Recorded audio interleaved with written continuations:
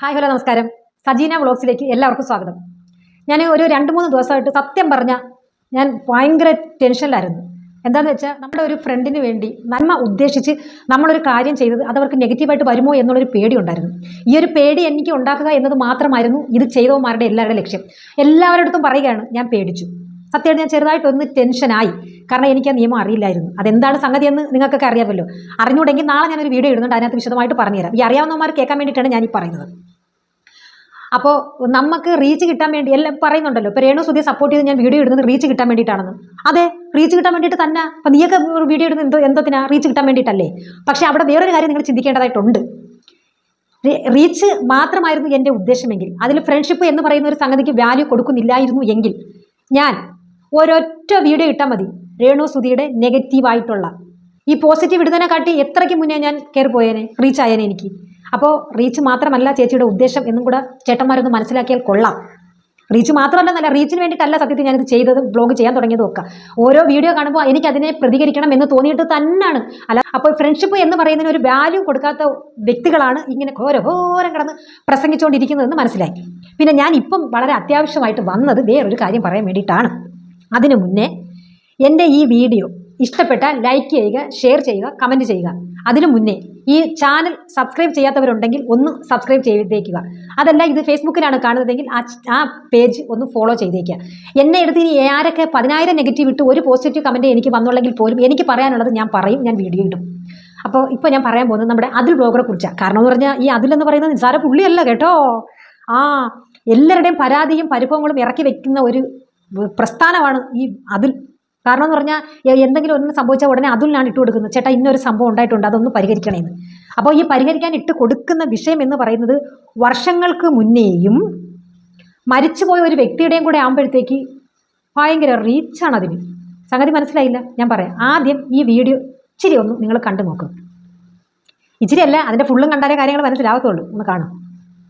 അക്കൗണ്ടിൽ എനിക്ക് ഒരാൾ അയച്ചിട്ടുള്ള മെസ്സേജാണ്. ഐഡന്റിറ്റി ഞാൻ പറയത്തില്ല, എന്നാൽ ആ മെസ്സേജ് ഒന്ന് വായിക്കാം, നിങ്ങളൊന്ന് കാണണമെന്ന് എനിക്ക് തോന്നുന്നു. ഹായ് ചേട്ടാ, കൊല്ലം സുധിയുടെ വീഡിയോ ചെയ്യുന്നത് കണ്ടായിരുന്നു. എനിക്കും എന്റെ കസിൻ ബ്രദറിനും പുള്ളിയുമായി ഒരു ഇൻസിഡന്റ് ഉണ്ടായിരുന്നു. കൊല്ലം ജോയ് ആലുക്കാസിന്റെ ഓപ്പോസിറ്റ് ഒരു ബാർ ഉണ്ടായിരുന്നു, ബിയർ ആൻഡ് ബൈ. ഞാൻ കസിനും അവിടെ ഇരുന്ന് ബിയർ കഴിക്കുമായിരുന്നു. അപ്പോൾ സുധി ചേട്ടൻ അവിടെ ഇരിപ്പുണ്ടായിരുന്നു. അന്ന് കട്ടപ്പനയിലെ ഋത്തിക് റോഷൻ ഒക്കെ റിലീസ് ആയ ടൈമായിരുന്നു. അപ്പോൾ ഞങ്ങൾ പുള്ളിയെ നോക്കിച്ചിരിച്ചു. അതിനുശേഷം കുറെ നേരം കഴിഞ്ഞ് ഞങ്ങളുടെ അടുത്ത് വന്നിരുന്നു. മോനെ, ചേട്ടന്റെ മൊബൈൽ ഓഫായി, പോയി ക്യാഷ് കൊണ്ടുവരുന്നു പറഞ്ഞ നെൽസനെയും കാണുന്നില്ല. നിങ്ങൾ സ്വന്തം ചേട്ടനെ പോലെ കരുതി സഹായിക്കണം. അന്ന് ജിപേ ഒന്നും ഇല്ലാത്ത ടൈമാണ്. പുള്ളിയുടെ അവസ്ഥ കണ്ട് റോഡിന് ഓപ്പോസിറ്റുള്ള ATM പോയി പൈസ എടുത്ത് കൊണ്ടുവന്ന് കൊടുത്തു. അപ്പോൾ ഓട്ടോയിൽ വന്നത് ഓട്ടോ ക്യാഷ് കൂടി കൊടുക്കുമോ എന്ന് ചോദിച്ചു. 300 രൂപയായി ഓട്ടോക്കാരൻ വാങ്ങിച്ച്. ഞങ്ങളെ കെട്ടിപ്പിടിച്ച് ഉമ്മയൊക്കെ തന്ന് പൈസ തിരിച്ചു തരാം എന്നൊക്കെ പറഞ്ഞു. അക്കൗണ്ട് നമ്പർ ഒക്കെ ഒരു പേപ്പർ എഴുതി വാങ്ങിക്കൊണ്ട് പോയി. സുധി ഓട്ടോയിൽ കയറി പോയപ്പോൾ ബാറിന്റെ സെക്യൂരിറ്റി വന്ന് ചോദിച്ചു, ഓട്ടോക്കാരന് എന്തിനാ പൈസ കൊടുത്തേ എന്നും. ഞങ്ങൾ പറഞ്ഞു പുള്ളി വന്ന ഓട്ടോയാണ്, പൈസ കൊടുത്തില്ല എന്ന്. അപ്പോൾ സെക്യൂരിറ്റി പറഞ്ഞു അത് സുധിയുടെ കൂട്ടുകാരനാണ്, അവർ രണ്ടുപേരും ഒരുമിച്ച് വന്ന് ബിയർ കുടിച്ചത് ആണ്. ഓട്ടോക്കാരൻ നേരത്തെ ഇറങ്ങി താമസിച്ചിറങ്ങിയതാണെന്ന്. ആലോചിച്ചോണം. അതിനും എത്ര വർഷത്തിന് മുന്നേ നടന്ന ഒരു സംഭവമാണിത്. അപ്പൊ എനിക്ക് ചോദിക്കാനുള്ളത് അതുലിനോടല്ല, അതുലിന് ഈ മെസ്സേജ് അയച്ചു തന്നെന്ന് പറഞ്ഞില്ലേ ആ ചേട്ടനോടാ. എന്റെ പൊന്നു ചേട്ടോ, ചേട്ടന്റെ ഇത്രയും നാൾ ചേട്ടന്റെ വായിൽ അന്ന് കുടിച്ച ബിയറിന്റെ അടപ്പെല്ലാം കയറി കുരുങ്ങിയിരുന്നിരുന്നു. ഇത് പുറത്ത് പറയാതിരിക്കാനും സുചേട്ടൻ മരിക്കുന്നതിന് മുമ്പേ നിങ്ങൾ ഈ കാര്യങ്ങൾ പറഞ്ഞ് സെറ്റിൽ ചെയ്യാതിരിക്കാനും. ഇപ്പോഴാണോ ഒന്ന് ചുമയ്ക്കാൻ അങ്ങനെ ചെയ്തപ്പോഴാണ് അടപ്പ് തെറിച്ചു പോയത് വായിന്ന്. എന്തുവാടേ ഇപ്പൊ ഇത് കുത്തിപ്പൊക്കിക്കൊണ്ട് വന്നിട്ട്, അല്ലെങ്കിൽ ഇതിപ്പോ പറഞ്ഞിട്ട് എന്ത് നേട്ടമാണ് നിങ്ങൾക്ക് ഉണ്ടാവാൻ പോകുന്നത്? അതും കൂടി പറയുക. പിന്നെ സുധിച്ചേട്ടൻ മരിച്ച്, സുധിച്ചേട്ടന്റെ ഭാര്യയാണ് രേണു എന്ന് നിങ്ങൾ പറയുന്നു. രേണുവിന്റെ പേരിന്റെ അറ്റത്ത് കിടക്കുന്ന സുധി അങ്ങ് വെട്ടിക്കള എന്ന് പറയുന്നതിന് അർത്ഥം അങ്ങനെ ഭർത്താവല്ല എന്ന് പറയുക എന്നല്ലേ നിങ്ങൾ പറയുന്ന? അപ്പൊ അങ്ങനെ ചിന്തിക്കുന്ന നിങ്ങൾ എന്തുകൊണ്ടോ ഈ കടം പേടിച്ചു കടക്കാരത് ഇത് എന്ന് പറയുമ്പം രേണുവിന്റെ മെക്കത്തോട്ട് കയറുന്നു. രേണു കൂട്ട് നിന്ന് മേടിച്ചു എന്ന് പറയുന്നു. ഇപ്പൊ ഈ ലോകത്തുള്ള എല്ലാവരും വീട്ടിലും നടക്കുന്ന സംഭവമാണ് കടങ്ങൾ മേടിക്കും. സാമ്പത്തിക ഭദ്രത ഉണ്ടെങ്കിൽ പോലും, ഈ കോടികളുടെ ആസ്തി ഉള്ളവും പോലും കടം മേടിച്ച് തന്നെ അത്യാവശ്യം ഘട്ടങ്ങളിൽ കടം മേടിക്കേണ്ടി വരികയും ചെയ്യും. മേടിച്ചിട്ടുമുണ്ട്, അങ്ങനെ കഴിഞ്ഞിട്ടുമുണ്ട്. അപ്പൊ പിന്നെ സാധാരണക്കാരൻ നമ്മുടെ കാര്യം പറയാനുണ്ടാ? അപ്പൊ ഈ സുധിച്ചേട്ടനെ അറിയാവുന്നവരാണ്, ഇപ്പം മദ്യപിക്കാൻ വേണ്ടിയിട്ടാണ് കാശ് മേടിക്കുന്നത് അറിയാവുന്നവരാണെങ്കിൽ പിന്നെ എന്തിനു തള്ളിക്കറ്റി കൊടുക്കണം? സുധിച്ചേട്ടൻ മരിച്ച് 2 വർഷമായി. അതിന് മുമ്പേ മേടിച്ചിട്ടുള്ള കാര്യങ്ങളാണ് ഇപ്പൊ പൊങ്ങി വരുന്നത്. പിന്നെ വേറൊരാൾ രാജേഷ് എന്ന് പറയുന്ന ഒരാൾ. അപ്പൊ അയാൾ ഒരു കോർഡിനേറ്റർ ആണെന്ന് എനിക്ക് തോന്നുന്നു. കാരണം എൻ്റെ കയ്യിൽ അങ്ങനെ നമ്പറുണ്ട്, ഞാൻ ഫോട്ടോസൊക്കെ അയച്ചു കൊടുത്തിട്ടുണ്ടെന്ന് തോന്നുന്നു. ഈ വ്യക്തി രേണു സുധിയായിട്ട് ഞാൻ ഫ്രണ്ടാണെന്ന് അറിഞ്ഞു കഴിഞ്ഞപ്പോൾ എനിക്ക് കുറേ മെസ്സേജ് ഇട്ടിട്ട് പറഞ്ഞു, സുധിച്ചേട്ടൻ എൻ്റെ കയ്യിൽ നിന്ന് ഇച്ചിരി പൈസ മേടിച്ചിട്ടുണ്ടായിരുന്നു, അത് രേണുവിനോട് പറഞ്ഞു ഒന്ന് വാങ്ങിച്ച് തരണമെന്ന്. പിന്നെ സുധിച്ചേട്ടൻ മരിച്ചതിന് ശേഷം അയാൾ പൈസ കൊടുത്തിട്ടുണ്ട് എന്ന് പറഞ്ഞു. അപ്പം ഞാൻ അവരുടെ വോയിസ്, അയാൾ ഇട്ട വോയിസ് അതേപോലെ ഞാൻ രേണുവിന് ഫോർവേഡ് ചെയ്ത് കൊടുത്തു. അപ്പം രേണു പറഞ്ഞു, ചേച്ചി ഋതപ്പനെ അങ്ങാണ്ട് വന്ന സമയം, ഇങ്ങനെ വീട്ടിൽ വന്ന സമയത്ത് അങ്ങാണ്ട് 500 രൂപ കുഞ്ഞിന് സ്വീറ്റ്സ് വേടിയില്ലെന്നും പറഞ്ഞുകൊണ്ട് കൈ കൊടുത്തെന്ന്. അതാണ് ഈ കണക്ക് പറയുന്നതെന്നാണ് രേണു പറയുന്നത്. അപ്പം ഇയാൾ അത് അല്ല എന്ന് പറയുന്നു. അപ്പം ഞാൻ പറഞ്ഞു ചേട്ടാ, എൻ്റെ അടുത്ത് ഞാൻ രേണുവിനോട് ചോദിച്ചപ്പോൾ രേണു ഇങ്ങനെയാണ് പറഞ്ഞതെന്ന് പറഞ്ഞപ്പോൾ ഇയാൾ പച്ചത്തെറി വിളിച്ചുകൊണ്ട് ഒരു ടൈപ്പ് മെസ്സേജ് എൻ്റെ ഫോണിൽ ഇപ്പോഴും കിടപ്പുണ്ട്, അയാൾ എനിക്ക് അയച്ചു തന്നു. ആ ഉടനെ ഞാൻ തിരിച്ച് റിപ്ലൈ കൊടുത്തു. താൻ ഇമാതിരി പോകൃതത്തിലെ മെസ്സേജ് മേലെ എൻ്റെ വാട്സപ്പിൽ അയച്ചു പോരുത്. കാരണം തന്നെ ഞാൻ നേരിട്ട് കണ്ടിട്ട് പോലുമില്ല. നിങ്ങൾ പറഞ്ഞൊരു കാര്യം പറയേണ്ട ഒരിടത്ത് ഞാൻ പറഞ്ഞു, അവർ പറഞ്ഞ റിപ്ലൈ ഞാൻ തങ്ങൾക്ക് തന്നു. പിന്നെ ഇമാതിരി ചെറ്റത്തരം ഇങ്ങനെ തന്നെ പറഞ്ഞു, ഇമാതിരി ചെറ്റത്തരത്തിലുള്ള മെസ്സേജ് എൻ്റെ ഫോണിലോട്ട് ഇടരുത്. എൻ്റെ അടുത്ത് ചോദിച്ചിട്ടാണോ പൈസ കൊടുത്തത്? താൻ കൊടുക്കുമ്പോൾ ഞാൻ സാക്ഷിയായിരുന്നോ? ഇല്ലല്ലോ. മേലിൽ എൻ്റെ ഫോണിൽ ഇങ്ങനത്തുള്ള മെസ്സേജ് ഇടരുതെന്ന് പറഞ്ഞിട്ട് ഞാൻ അവിടെ ക്ലോസ് ചെയ്തു. അത് വേറെ. അത് കഴിഞ്ഞതിന് ശേഷമാണ് ഇങ്ങേരിപ്പോൾ ലൈവിൽ വന്നിരുന്നു ഇവിടെ നടക്കാൻ തുടങ്ങിയത്. എൻ്റെ നീ പൈസ മേടിച്ചു, എൻ്റെ നീ പൈസ മേടിച്ചു എന്നൊക്കെ പറഞ്ഞു. ഓക്കെ, അതങ്ങനെ ആ ഒരു പരിപാടി അവിടെ നിൽക്കട്ടെ. അപ്പം അതുൽ ചേട്ടൻ ഒരു ഇൻ്റർവ്യൂ കൊടുത്തിട്ടുണ്ടായിരുന്നല്ലോ. ആ ഇൻ്റർവ്യൂ ഞാൻ കണ്ടിരുന്നു. അപ്പോൾ അതിനകത്ത് ഏതോ ഒരു തനിക്കൊരു ആക്സിഡൻറ്റ് സംഭവിച്ചതും മൂക്കിൻ്റെ ഇവിടെ ഇങ്ങനെ ഒരു മാനുഫാക്ചറിങ് ഡിഫക്റ്റ് ഉണ്ടായതും ഒക്കെ താൻ അതിൽ പറഞ്ഞു. അപ്പോൾ ഏതോ ഒരു ലേഡി തനിക്കെതിരെ അതിന് കമൻറ്റ് ഇട്ടു. തൻ്റെ കയ്യിലിരിപ്പ് കൊണ്ടാണ് തനിക്ക് അങ്ങനെ സംഭവിച്ചത്, ഇതല്ല ഇതിനപ്പുറം വരണം, താൻ മരിക്കണം എന്നൊക്കെ പറഞ്ഞ് കമൻറ്റ് ഇട്ടെന്ന് പറഞ്ഞ് താൻ പറഞ്ഞു. പക്ഷേ അതിനോട് ഞാൻ യോജിക്കുന്നില്ല. കാരണം അങ്ങനെ ഇപ്പോൾ എൻ്റെ ഒരു ശത്രു ആണെങ്കിൽ പോലും എൻ്റെ മുന്നിൽ കിടന്ന് ഒരു ആക്സിഡൻറ്റ് ഉണ്ടാകും, ഒരു അപകടം ഉണ്ടായാലും ഞാൻ കൈ കൊടുത്ത് സഹായിക്കും. അത് എൻ്റെ കൾച്ചറൽ നേച്ചറുമാണ്. കാരണം നമുക്ക് പ്രെഡിക്റ്റ് ചെയ്യാൻ പറ്റത്തില്ല. ഇപ്പം സൗന്ദര്യം ഉണ്ടെന്ന് അഹങ്കരിക്കുന്നവരായാലും ഒരു ചെറിയൊരു ഇൻസിഡൻറ്റ് മതി അവരുടെ ലൈഫ് മറിയാൻ. പറഞ്ഞ കണക്ക് ഒരു ആക്സിഡൻറ്റ് അല്ലെങ്കിൽ കുറച്ച് തിളച്ച വെള്ളം തേത്തി വിടും, ഒരു തീപ്പുള്ളിലേക്കും അവിടെ തീർന്ന കാര്യം. അതുകൊണ്ട് അവനങ്ങനെ അങ്ങനെ വേണം, അത്യാവശ്യ കാര്യമാണ് എന്നൊരു വാക്ക് എൻ്റെ വായിന്ന് വീഴത്തില്ല. അത് പറഞ്ഞത് തെറ്റാണ്, അതിനോട് ഞാൻ യോജിക്കുന്നു. അപ്പോൾ തനിക്കത് ഫീൽ ചെയ്തു, അവരങ്ങനെ പറഞ്ഞത് തനിക്ക് ഫീൽ ചെയ്തു. അപ്പോൾ താൻ്റെ മുഖത്തെ വികൃതം, ഈ മൂക്കിൻ്റെ ഈ ഭാഗത്തുള്ള ഈ വികൃതം ഉണ്ടായത് അങ്ങനെയാണ് എന്ന് പറഞ്ഞ് അതിനെക്കുറിച്ച് കമൻറ്റ് പറഞ്ഞെന്നൊക്കെ പറഞ്ഞ് താൻ കുറേ വിഷമത്തോടൊക്കെ പറഞ്ഞു. അപ്പോൾ ഈ വീഡിയോ താനൊന്ന് കണ്ടു നോക്ക്. അങ്ങനെയാണെന്ന് കാണിച്ചല്ലോ. ഇത് ആക്ഷേപമല്ലേ? ഇത് ബോഡി ഷേപ്പിംഗ് അല്ലേ? ഇത് ഒരു പെണ്ണിനെ ഇൻസൾട്ട് ചെയ്യുന്നതല്ലേ? അവിടെ സൗന്ദര്യത്തെ ഇൻസൾട്ട് ചെയ്യുന്നതല്ലേ താൻ?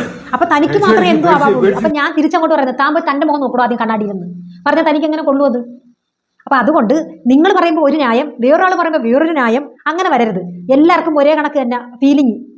അത് നെഗറ്റീവ് പറഞ്ഞാലും പോസിറ്റീവ് പറയുമ്പോൾ സന്തോഷം, നെഗറ്റീവ് പറയുമ്പോൾ ദുഃഖവും വരേണ്ട കാര്യമില്ല. അപ്പൊ അത് എല്ലാം ഉൾക്കൊള്ളാനുള്ള കരുത്തുണ്ടായിട്ട് വേണം താനും കിടന്ന് കോപ്രായങ്ങൾ കാണിക്കാൻ. ഫേസ്ബുക്കിലായാലും യൂട്യൂബിലായാലും ഈ വ്ലോഗ് ചെയ്യുന്നതിനകത്ത്. പിന്നെ കഴിഞ്ഞ 2 ദിവസം കൊണ്ട് തനിക്ക് വേറെ കണ്ടന്റ് ഇല്ലാത്തതുകൊണ്ട് എന്നെ കണ്ടന്റ് ആക്കിയതിൽ എനിക്ക് വളരെ സന്തോഷമുണ്ട് കേട്ടോ, വളരെ സന്തോഷമുണ്ട് കേട്ടോ. ഞാൻ ഇങ്ങനെ അഭിനയിച്ചൊക്കെ തന്നെ പറയും. താൻ എന്നെ ഇനി ചേച്ചി ഇങ്ങനെ പറഞ്ഞ് കിടന്ന് കളിയാക്കിയാലും ഞാൻ ഇങ്ങനെ സംസാരിക്കൂ. ഒന്നുമില്ലെങ്കിൽ ചേച്ചി ഒരു സ്റ്റാൻഡപ്പ് കോമഡിയൊക്കെ ആയിരുന്നു മോനെ. അതുകൊണ്ട് ചിലപ്പോൾ ഈ ആക്ഷനും അംഗവിക്ഷേപങ്ങളും ഒക്കെ ഇങ്ങനെയൊക്കെ വരും. ചേച്ചി ഇങ്ങനെ തന്നെ ചെയ്യും. അത് മാത്രമല്ല കട്ടയ്ക്ക് രേണുവിന് സപ്പോർട്ട് ചെയ്ത് കൂടെ നിൽക്കുകയും ചെയ്യും. എൻ്റെ പുറകിൽ ഒരു 10 പേരെ ഉള്ളെങ്കിൽ അത് മതി എനിക്ക്. അതിൽ എനിക്ക് സന്തോഷമാണ്. പിന്നെ പറഞ്ഞു, രേണു ബിഗ് ബോസിൽ പോയോ ഇല്ലയോ? പോകുന്നതിന് മുമ്പേ സജീന ചേച്ചി PR വർക്ക് ചെയ്ത് തുടങ്ങി 3 ലക്ഷം രൂപ മേടിച്ചത് ഞാൻ. ഈ പറഞ്ഞവൻ്റെ അടുത്ത് ഒരൊറ്റ കാര്യം, ആരും കേൾക്കണ്ട, നീ ഇങ്ങ് പോരടാ, ഈ 3 ലക്ഷത്തിൽ നിന്ന് 2.5 ലക്ഷം രൂപ നീ അങ്ങ് എടുത്തോ, എനിക്കൊരു 50,000 രൂപ മതി. ഓക്കെ. അപ്പോൾ PR വർക്ക് ചെയ്യുന്നതിന് മോനെ പൈസയുടെ ആവശ്യമൊന്നുമില്ല. പിന്നെ വേറെ എന്തെങ്കിലും ഒന്ന് ലക്ഷ്യം വെച്ചിട്ടുമല്ല സജീന ചേച്ചി ഇങ്ങനെ എന്തിനിറങ്ങിയത്. ഓക്കെ. ഫ്രണ്ട്ഷിപ്പ് എന്ന് പറയുന്ന ഒരെണ്ണത്തിന് അത്രത്തോളം വാല്യൂ ഞാൻ കൊടുക്കുന്നത് കൊണ്ട് തന്നെയാണ്. ഓക്കെ. എന്നെ അറിയാവുന്ന കുട്ടിക്കാലം മുതൽ എന്നോട് പരിചയമുള്ളവരും ഇപ്പം ഈ നിമിഷം വരെ കാണുന്നവരും എന്നെ മാറ്റി ഒരു മനുഷ്യരും പറയത്തില്ല സജീനയുടെ സ്വഭാവം മാറിയെന്ന്. ഞാൻ എന്താണോ ജനിച്ചപ്പോൾ എനിക്കുള്ള വ്യക്തിത്വം എന്താണോ അത് തന്നെയാണ് ഇപ്പോഴും ഈ നിമിഷം നിലകൊണ്ട് പോകുന്നത്. ഇനി മരിക്കുന്നത് വരെയും അങ്ങനെ തന്നെ ആയിരിക്കും. പിന്നെ പറയണം എന്ന് തോന്നുന്ന കാര്യങ്ങൾ സജീന ചേച്ചി പറയും. ഇനിയിപ്പോൾ ഇന്നത്തെ ഒരു വ്ലോഗ് ഇങ്ങനെ കഴിയട്ടെ. എനിക്ക് ചെറിയൊരു ടെൻഷൻ ഉണ്ടായിരുന്നു പൊന്നും മക്കളെ, ഇല്ലെന്ന് ഞാൻ പറയുന്നില്ല. നിങ്ങളുടെ ആഗ്രഹിച്ചത് എന്താണോ അത് സംഭവിച്ചിട്ടുണ്ട് കേട്ടാ. എന്നെ ഒന്ന് ചെറുതായിട്ടൊന്ന് ടെൻഷനാക്കാൻ പറ്റി. അപ്പോൾ ഇന്നും കൂടി ചേച്ചി ടെൻഷൻ അടിച്ച് ഇവിടെ ഇരുന്നോട്ടെ. അത് കഴിഞ്ഞ് നാളെ മുതൽ എൻ്റെ പൊന്നു ചേട്ടന്മാരെ, ഈ ചേട്ടന്മാർക്ക് എല്ലാവർക്കും ഞാൻ തരുന്നുണ്ട് കേട്ടോ. പിന്നെ വേറൊരു ചേട്ടൻ എടുത്ത് വെച്ചിട്ട് എൻ്റെ വീഡിയോ എടുത്ത് മെൻഷൻ ചെയ്ത് പറഞ്ഞു, അതവർക്ക് പ്രത്യേകം ഞാൻ തരുന്നുണ്ട്. ഈ കൂട്ടത്തിൽ ഞങ്ങൾക്ക് പറയുക, നിമിഷ ബിജോയ്ക്കെതിരെ ഞാനൊരു വീഡിയോ ഇട്ടിട്ടുണ്ടായിരുന്നു. ഞാൻ പറഞ്ഞല്ലോ, അവരെ ഞാൻ നേരിട്ട് കണ്ടിട്ടുണ്ട്, ആ ചേട്ടനോട് സംസാരിച്ചിട്ടുണ്ട്, നിമിഷയോട് സംസാരിച്ചിട്ടുണ്ട്. പേഴ്സണലായിട്ട് എനിക്ക് അവരോട് യാതൊരു വിരോധവും ഇല്ല, വിദ്വേഷവും ഇല്ല, ഒന്നുമില്ല. ഞാൻ ഈ വീഡിയോ ഇടുന്നതിൻ്റെ അന്ന് രാവിലെ ഞാൻ നിമിഷ വിജയന് വോയിസ് മെസ്സേജ് ഇട്ട് ചോദിച്ചു, എന്ത് പറ്റി നിങ്ങൾ തമ്മിൽ പിണങ്ങാൻ, രേണുവിനെതിരെ ഒരു വീഡിയോ ഇട്ടിരിക്കുന്ന കണ്ടല്ലോ എന്ന് പറഞ്ഞ് ഞാൻ ഒരു വോയിസ് മെസ്സേജ് ഇട്ടിട്ടുണ്ടായിരുന്നു. എനിക്ക് അപ്പോൾ തന്നെ അതിനുള്ള റിപ്ലൈയും തന്നിട്ടുണ്ടായിരുന്നു അവർ. ഓക്കെ. അപ്പോൾ അതുകൊണ്ട് അത് വിട്ടു. അപ്പം ഞാൻ ആ വീഡിയോ എടുത്ത് വെച്ചിട്ട് ഇപ്പോൾ വേറെ തോമാർ അവരെ സപ്പോർട്ട് ചെയ്തിട്ട് പറയുന്നുണ്ട്. കാരണം കുഞ്ഞിൻ്റെ കാര്യം, നിങ്ങളുടെ ബെഡലകളെന്നേ ഞാൻ പറയും. ബെഡലകളെ ഞാനൊരു കാര്യം പറയാം. ഇപ്പം ഞാൻ ജോലിക്ക് പോകുന്നു, അപ്പം ഈ വീട്ടിലുള്ള എല്ലാവരും ആയിക്കോട്ടെ, എല്ലാവരും ജോലിക്ക് പോകുമ്പം കുഞ്ഞുങ്ങളെ എടുത്ത് ഇവിടെ ഇങ്ങനെ കെട്ടിയിട്ട് കൂടെ കൊണ്ടുപോകുമോ? ജോലിക്ക് കൊണ്ടുപോകുമോ? ഇത് സ്വന്തം അച്ഛനും അമ്മയും, രേണുവിൻ്റെ സ്വന്തം അച്ഛനും അമ്മയുമാണ് അവളുടെ കുഞ്ഞിനെ നോക്കാൻ ആ വീട്ടിലുള്ളത്. ആ വീട് ദാനം കിട്ടിയതാണെന്നും പറഞ്ഞുകൊണ്ട് നിങ്ങൾ എന്തുമാത്രം ആക്ഷേപിച്ച് അച്ഛനും അമ്മയും നാണമില്ലാതെ അവിടെ വന്ന് കിടക്കുന്നു, നാണമില്ലാതെ അവിടെ വന്ന് കിടക്കുന്നെന്ന്. അവൾ അങ്ങനല്ലേ പ്രതികരിച്ചുള്ളൂ. ഞാനൊക്കെ ആണെങ്കിൽ വേറെ രീതി പ്രതികരിച്ചേനെ. എൻ്റെ കുഞ്ഞുങ്ങളെ നോക്കാൻ വേണ്ടിയിട്ടാണ് എൻ്റെ അച്ഛനും എൻ്റെ വീട്ടിൽ നിൽക്കുന്നത്. ഞാൻ താമസിക്കുന്ന വീട് എൻ്റെ വീട് തന്നെയാണ്. ഇപ്പം എൻ്റെ പേർക്കായില്ല, ഇപ്പം മരിച്ചുപോയെന്ന് പറഞ്ഞ് സുചേട്ടൻ്റെ മക്കളെ പേർക്കാണ് ആ വീട്.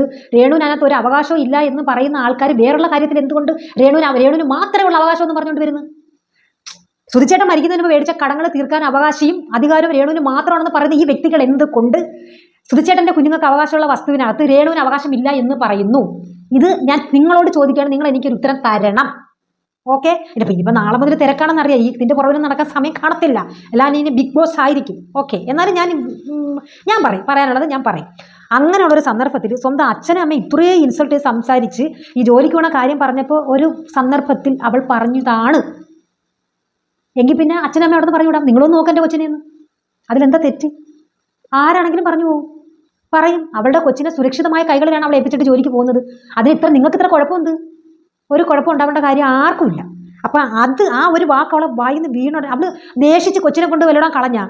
എത്രയോ തള്ളമാർ കുഞ്ഞുങ്ങളെ ഉണ്ടാക്കിയിട്ട് കൊണ്ട് ദൂരെ കളഞ്ഞിട്ട് പോന്നു, വലിച്ചെറിയുന്നു, കൊല്ലുന്നു. ഇതൊന്നും ചെയ്യുന്നില്ലല്ലോ. ഇവിടെ ഈ സുചേട്ടൻ്റെ കൂടെ വന്നതിന് ശേഷം സുചേട്ടൻ മരിച്ച് 2 വർഷം കഴിഞ്ഞിട്ടാണ് അവൾ ഈ ഫീൽഡിലോട്ട് ഇറങ്ങി. നിങ്ങൾ എല്ലാം അങ്ങ് നെഗറ്റീവായിട്ട് കാണാതെ അതിനകത്തുള്ള കുറച്ച് പോസിറ്റീവ് കാണും. പിന്നെ ഈ മരിച്ചുപോയ ഒരാളുടെ അസ്ഥികൂടം തോണ്ടിയെടുത്ത് പുറത്ത് വെച്ചിട്ട് അതിനിങ്ങനെ ഓരോ അണു പോസ്റ്റ്മോർട്ടം ചെയ്ത് എടുത്തിട്ടിട്ട് നിങ്ങൾക്ക് എന്തോ പ്രയോജനം ഉണ്ടാവാനാ? ഇതിനൊക്കെ ദൈവത്തിൻ്റെ മുന്നിൽ കണക്ക് പറയേണ്ട ഒരു ദിവസം വരും. അത് 100% ഉറപ്പിച്ച് ഞാൻ പറയുകയാണ്, ഈ പറയുന്ന എല്ലാവർക്കും വേണ്ടി. ഇപ്പം നിങ്ങൾ റീച്ചിന് വേണ്ടിയിട്ടാണ് ചെയ്യുന്നത്, ശരി തന്നെ, റീച്ചിന് വേണ്ടിയിട്ടാണ് ചെയ്യുന്നത്. അതിലും ഒരു മാന്യത വേണം, ഒരു മാന്യത. അത്രയും ഞാൻ പറയുന്നുള്ളൂ കേട്ടോ. നാളെയും മറ്റന്നാളും ഒക്കെ ആയിട്ട് എൻ്റെ കുറച്ച് ചിലപ്പോൾ ഒരു ദിവസം 2 വീഡിയോ ഒക്കെ വരും. കാരണം എന്നെ ഏറിലിട്ട് കളിപ്പിച്ച കുറേ ചേട്ടന്മാർക്ക് എനിക്ക് കുറേ റിയാക്ഷൻ വീഡിയോ കൊടുക്കണം. പിന്നെ നിങ്ങൾ പറഞ്ഞ് നിങ്ങളെ പേടിച്ച് ഞാനങ്ങ് മാളത്തിനടി ഒളിച്ചിരുന്നേന്നും അല്ല കേട്ടോ. എൻ്റെ ഫേസ്ബുക്ക് നോക്കിയാൽ അറിയാം, ഞാൻ ആക്റ്റീവ് ആയിരുന്നു, എനിക്ക് വർക്കുകൾ ഉണ്ടായിരുന്നു, അതിൻ്റെ തിരക്കിലും ആയിരുന്നു ഞാൻ. ഓക്കെ, പിന്നെ ഒരു ചെറിയൊരു ടെൻഷൻ ഉണ്ടായിരുന്നില്ല, ഞാൻ പറയുന്നില്ല കേട്ടോ. അത് നിങ്ങൾക്ക് പറ്റി പിന്നെ ടെൻഷനാകും, കാരണം എനിക്ക് ആ നിയമം അറിയില്ലായിരുന്നു. തൽക്കാലം ഇത് ഞാനിപ്പോൾ ഒരു വീഡിയോ ഇട്ടത് സജീന ചേച്ചി തോറ്റൊന്നും പിന്മാറിയിട്ടില്ല, ഇവിടെ തന്നെ ഉണ്ട് എന്ന് അറിയിക്കാൻ വേണ്ടിയിട്ടാണ് കേട്ടോ. അപ്പോൾ നാളെ മുതൽ നമുക്ക് കുറച്ച് വീഡിയോ ഇട്ടൊരു കളി അങ്ങോട്ട് കളിക്കാം. ഓക്കെ, അപ്പോൾ എന്നെ എയറിലാക്കിയ ചേട്ടന്മാർക്ക് എല്ലാവർക്കും ഉള്ള റിപ്ലൈ എൻ്റെ കയ്യിലുണ്ട്, ഞാൻ തരുന്നുണ്ട്, മെൻഷൻ ചെയ്ത് തന്നെ തരുന്നുണ്ട്. അയ്യോ, എന്തായാലും തൽക്കാലം ഇത്രയും പറഞ്ഞുകൊണ്ട് ഞാൻ ഇന്നത്തെ എൻ്റെ ബ്ലോഗ് അവസാനിപ്പിക്കുകയാണ്. അടുത്ത ഒരു വീഡിയോ ആയിട്ട് കാണുന്നത് വരെയും എല്ലാവർക്കും താങ്ക് യു വെരി മച്ച്.